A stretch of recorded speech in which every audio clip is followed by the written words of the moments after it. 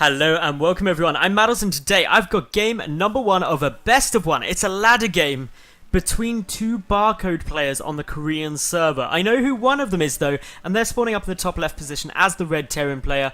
Representing my insanity, it is Jjakji. And his opponent down in the bottom right, it is a blue Protoss player. It's a barcode. So, I did try scanning him with my phone, didn't work, didn't tell me who it was.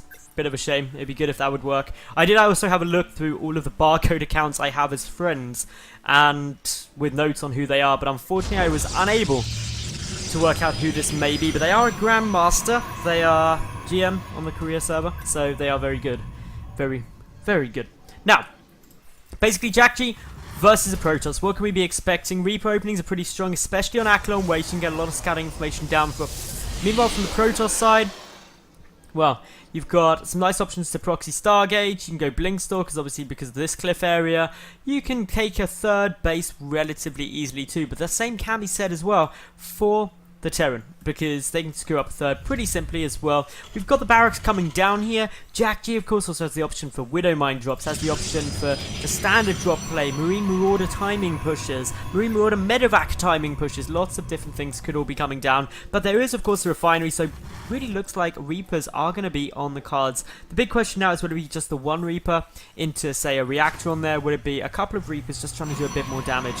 Generally speaking, up against Protoss players, it tends to usually just be the single Reaper, purely because with normal timings of the Mothership Core, it gets out in time to stop any additional ones, especially if a Stalker's there too, which is very plausible. So, all in all, we just see Jjakji playing things relatively standard. Note there is a probe on its way up, but it was on attack command, so pauses briefly, but it's going to come in.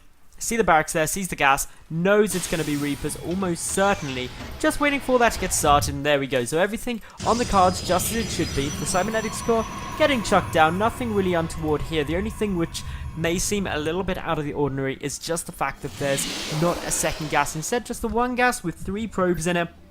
Back in Wings of Liberty, I'd be screaming how this was going to be a 4-gate, but nah, that's not on the cards here in Heart of the Swarm.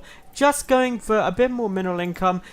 Getting just the one gas means you can just squeeze out a few more minerals a little bit quicker. May try and go for an expansion, but unfortunately there is an engineering bay getting placed here by Jjakji. Just going to be going on the blocking side of things. Going to be a little bit frustrating. The Zealot will be allowed to finish, therefore, just so he can come and try and clear this out as fast as possible. Note the first Reaper is making its way slowly and steadily across the map. About to see a command center come down, but a probe won't be able to block it. That's a bit unfortunate, but still, the engineering bay, that got a lot of health up. It's going to take quite a while. This is already acting as quite a large delay from everything else. Plus the Reaper coming in too. The Reaper should probably prioritize the probe just to make sure that it can't build a nexus straight away, potentially forcing the second one to get pulled. We'll get the kill as well. Can now just stutter step its way to try and take out the Zealot, but with the Mothership Core on its way through, that would be a bit more challenging to achieve. But still, some good damage is being done here. Jjakji showing some great control. The Mothership Core gonna start working down the Reaper, but already we see the Zealot gets down there to half health. The Mothership Core coming back through. Reaper gonna try and sneak up into the main base. May actually come back down again though.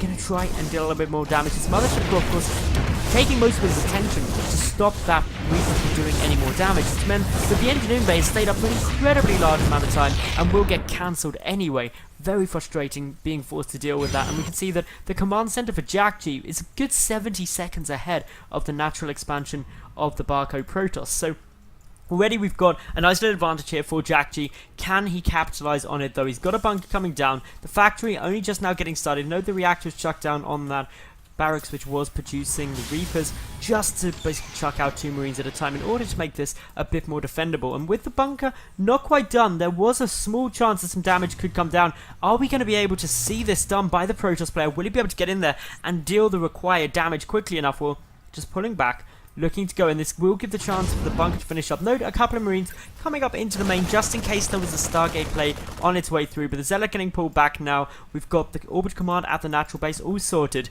and a Twilight Council coming down here for the Protoss. So what's this going to be following in with? Are we going to be seeing some Dark Shrines? Are we going to see Blink? Look like the latter is on its way. Blink play, of course, is always going to be really nice on this map. It's good against Terran players as a whole anyway, because you can be very cost effective. You can pick apart things quite easily, and it's going to be difficult to deal with if it's not scouted. Some Widow Mines will help, of course. Just a good amount of infantry will always be solid, but For the moment, Jjakji hasn't seen anything. He hasn't opted to use a scan. He hasn't even scouted much. All he knows is a rough timing of the natural base by when his engineering bay was finally destroyed. So, all in all, this is a fairly normal game so far. We've got a couple of additional gateways getting thrown down. That takes us up to 4. Not crazy by any means off of 2 bases. Jjakji, though, moving forward with a marine mine push. And the reason this is so potent early on is because of these widow mines. They knock out at least 2 gateway units on their own. Bear in mind, there's only 3 stalkers and a zealot down. Well, you've straight away halved the army that your opponent has to try and defend with. A scan is going to be lobbed out. Is it going to see too much? Well, it sees the additional gateways coming down. Unfortunately, doesn't see the Twilight Council, but knows the production. Knows that there's only 1 gate's worth of production for the moment, and probably opts up for a good position to deal some damage. We've also got a nice little pickup here. 2 widow mines going to head towards the main, and there isn't any detection. This could be problematic. The stalkers come down. They saw a good group of marines there, decided, hey, not on my watch. The robotic facility now 3/4 done. This medevac may need to boost. There we go. Going to drop down those mines, and is it going to be something that's noticed? Well, the probe's getting pulled back. No detonation. Whoa, wow. Big detonation goes down there. 7 kills on that mine, 2 on the other. The medevac goes down, but that was definitely worth it. Killing a grand total of 11 workers there. Incredibly potent by Jjakji. And now, of course, we need to see the barcode Protoss player come back with something. Of course, Blink has also been seen. That's quite a big giveaway. We've got the probe coming down, likely to place a proxy pylon ready for quick warp ins, but preemptively, a bunker getting placed in the main. Jjakji's got a good number of marines here. Plus, as well, even throwing down a tank, he's going to make sure that he is very secure. 3 bunkers at the front, not really looking to be bad times for him anytime soon. But with observers now coming out, there's going to be detection to deal with any more mine drops that could be coming in. But it's the Blink Stalkers moving forward that's going to be all important. Finally, we see the proxy pylon getting placed, but with the tank, with the bunkers, with the marines, with the marauders. Is it going to break? That is what is really pinning on this game. Robotics Bay is coming down though, so this isn't an all-in. We will still be seeing a tech into Colossi, but, well, I don't see this position getting broken. We've got a couple more SCVs getting pulled down just to repair this all up. Of course, the main base does still have the bunker in it, but there isn't really anything there. So, a couple of units now coming up. This is where, of course, the important thing for Jjakji is how he splits up his army. He needs to be able to defend both of these positions should a push come, and not weaken either significantly enough that it could get overrun with just a small force of Blink Stalkers. So, currently, this is a bit harder to try and defend. Oh no, is the observer moves forward a little bit. Does it see? Not quite yet. Now it does see though. Gonna decide probably, hey, this isn't where I'm trying to blink up to. The infantry down, up, shooting down onto low ground. Gonna pick off a couple of stalks or at least do some damage to them, but nothing significant yet. In terms of the resources lost, most of it pretty much came down from that mine drop, which of course killed a good number of workers. A few more may have even gone down here. I don't know if I missed it. 16 have now been killed. So this is looking good for Jjakji, who is pretty much... Well, he's actually on equal workers now, so with those mules and the 3rd command center coming down, looking fairly solid. Of course, +1 though, charge as well also on its way down, and the first Colossi about to hit the field. Not much in the way of attacks coming forward though from Jjakji. He's sitting pretty passive for the time being. Doesn't unfortunately quite see the shimmer yet of that observer, so can't scan to take it out.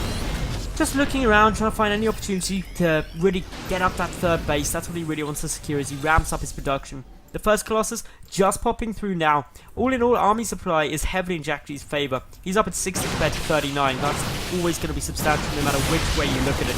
But it's the upgrades too. They're pretty steady. Slight advantage in the upgrades for Jjakji at the moment. Gets a Stalker. Very nice pick off there. He's being very cost effective for the time being, considering he lost quite a bit early on doing that widow mine drop. Unfortunately loses a medevac there. That's something he could have avoided because he now has no medevacs on the field, and of course that's problematic because stims now become very much a luxury, and if he's unable to stim, then that DPS may not be significant enough to deal with this Gateway and Colossus army. And with the second Colossus about to pop out, can Jjakji make this work? He's got the tank there, no mines, second tank at the back too. A few medevacs are making their way across, but remember this proxy pylon, still up, a second proxy pylon getting placed. It's all looking fairly solid for the time being, but up comes one marine just to lead the charge. Force move trying to come down, unfortunately don't zone out much of this infantry. Extended thermal lance not done, allowing the marauders equal range with those Colossi. A great timing of this push. The natural nexus now is, of course, potent overcharge, but with this amount of infantry shooting on it, gets taken down very quickly. Things not looking too good for the time being. There is a tank getting taken out, but another tank behind it, dealing some good damage with infantry support.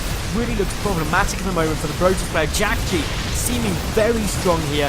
GG is called, and Jjakji takes the game. So that was a great example of how a little bit of early damage can snowball.